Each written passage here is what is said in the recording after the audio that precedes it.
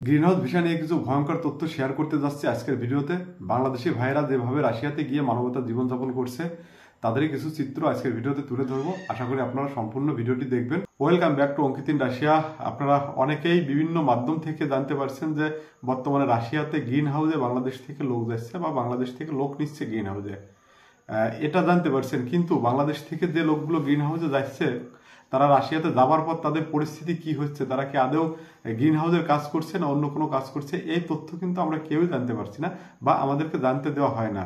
তো তেমনি আজ থেকে প্রায় 5 মাস আগে বাংলাদেশ থেকে একটা ফ্লাইট হয়েছিল, বলতে গেলে এক প্রকার প্রথম দিককার গ্রিন হাউসে যে লোক যাচ্ছিল প্রথম দিককার ফ্লাইট হয়েছিল।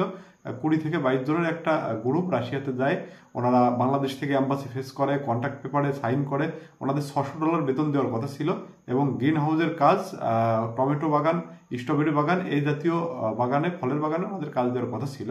তো আপনারা অনেকেই জানেন যে গ্রিন হাউসের কাজ অতটা ঠান্ডা না, যেহেতু ভিতরের কাজ গ্রিন হাউসের ভিতরে ঠান্ডা একটু কম থাকে, তো মোটামুটিভাবে কাজ করা যায়। কিন্তু ওনারা রাশিয়াতে যাওয়ার পর ওনাদেরকে কাজ দেওয়া হয় খোলা মাঠের কাজ। আপনার হচ্ছে কপির ক্ষেত, আমাদের দেশেও তো কপির ক্ষেত আছে, আপনারা জানেন কপি কিভাবে চাষ করা হয়। ওই রকম খোলা মাঠে কপির ক্ষেতে, ব্রুকুলির ক্ষেতে ওনাদেরকে কাজ দেওয়া হয়, ওই কপিগুলো কাটার কাজ দেওয়া হয়। এখন কপি কাটার কাজ কিন্তু খুব বেশি কঠিন না, কিন্তু কঠিন হচ্ছে ওখানে ঠান্ডা। আপনি কাজ করতে গেলে দেখা যাচ্ছে যে কিছু সময় পর পর হাত ঠান্ডা হয়ে যাবে, পা ঠান্ডা হয়ে যাবে, কিংবা হাতে পানি লেগে হাত একদম বরফের মতো ঠান্ডা হয়ে যাবে, এই সমস্যাগুলো হয়। এইভাবে একটানা 10 ঘন্টা ওনাদেরকে কাজ করতে হয়।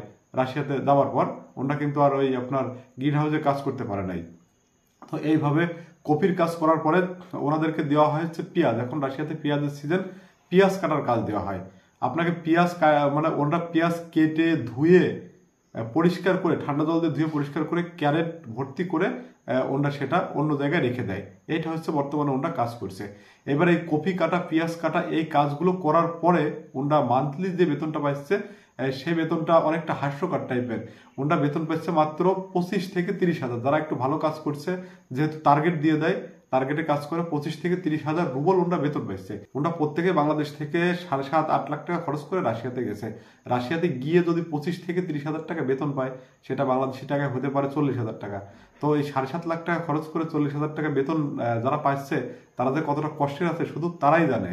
আমরা দূর থেকে হয়তো অন্য অনেক রকম ভাবি, কিন্তু তারা পরিস্থিতি ফেস করছে, তারা জানে যে কতটা কষ্টকর। কারণ তারা একটা স্বপ্ন নিয়ে রাশিয়াতে গেছে, তারা না পারছে এখন দেশে আসতে, না পারছে কাজ করছে, মানে তারা একটা উভয় সংকটে পড়ে গেছে। এখন এই পরিস্থিতিতে তাদের থাকার জায়গাও সুবিধাজনক না। আর তাদের যা খেতে দিচ্ছে কোম্পানি, তাদের প্রথম 1 মাস যাবত তাদেরকে খেতে দেওয়া হয়েছে শুধু স্যুপ। রাশিয়ানরা যে স্যুপ খায়, এখন রাশিয়ানরা স্যুপ খেতে অভ্যস্ত, আমরা বাঙালিরা তো সেই স্যুপ আমরা খেতে পারি না ওইভাবে। তারপর তারা কমপ্লেন করার পর তাদেরকে খাবার দেওয়া হয়েছে। এখন বর্তমানে তাদেরকে ভাত দেওয়া হচ্ছে, শুধু চালে একটু ফুটিয়ে দিচ্ছে, তার সাথে কপি, মানে পাতা কপি আছে, পাতা কপি, আর আপনার মাঝে মধ্যে হয়তো সপ্তাহে 1 দিন চিকেন দেওয়া হচ্ছে। এইভাবে মানে তারা খাওয়ারও কষ্টে, মানে খাওয়ারও প্রচন্ড কষ্টে আছে তাদের। এর ভিতর হচ্ছে যদি কেউ অসুস্থ হয়ে পড়ছে, ঠান্ডাতে কাজ করতে গিয়ে অনেকেই আছে অসুস্থ হয়ে পড়ছে, অসুস্থ হয়ে পড়লে তাকে হসপিটালাইজ করে হসপিটাল থেকে নিয়ে এসে তাকে তার ভিসাটা ক্যান্সেল করে দিয়ে একটা 1 সপ্তাহ ভিসা করে দিয়ে তাকে বাংলাদেশ পাঠিয়ে দিচ্ছে।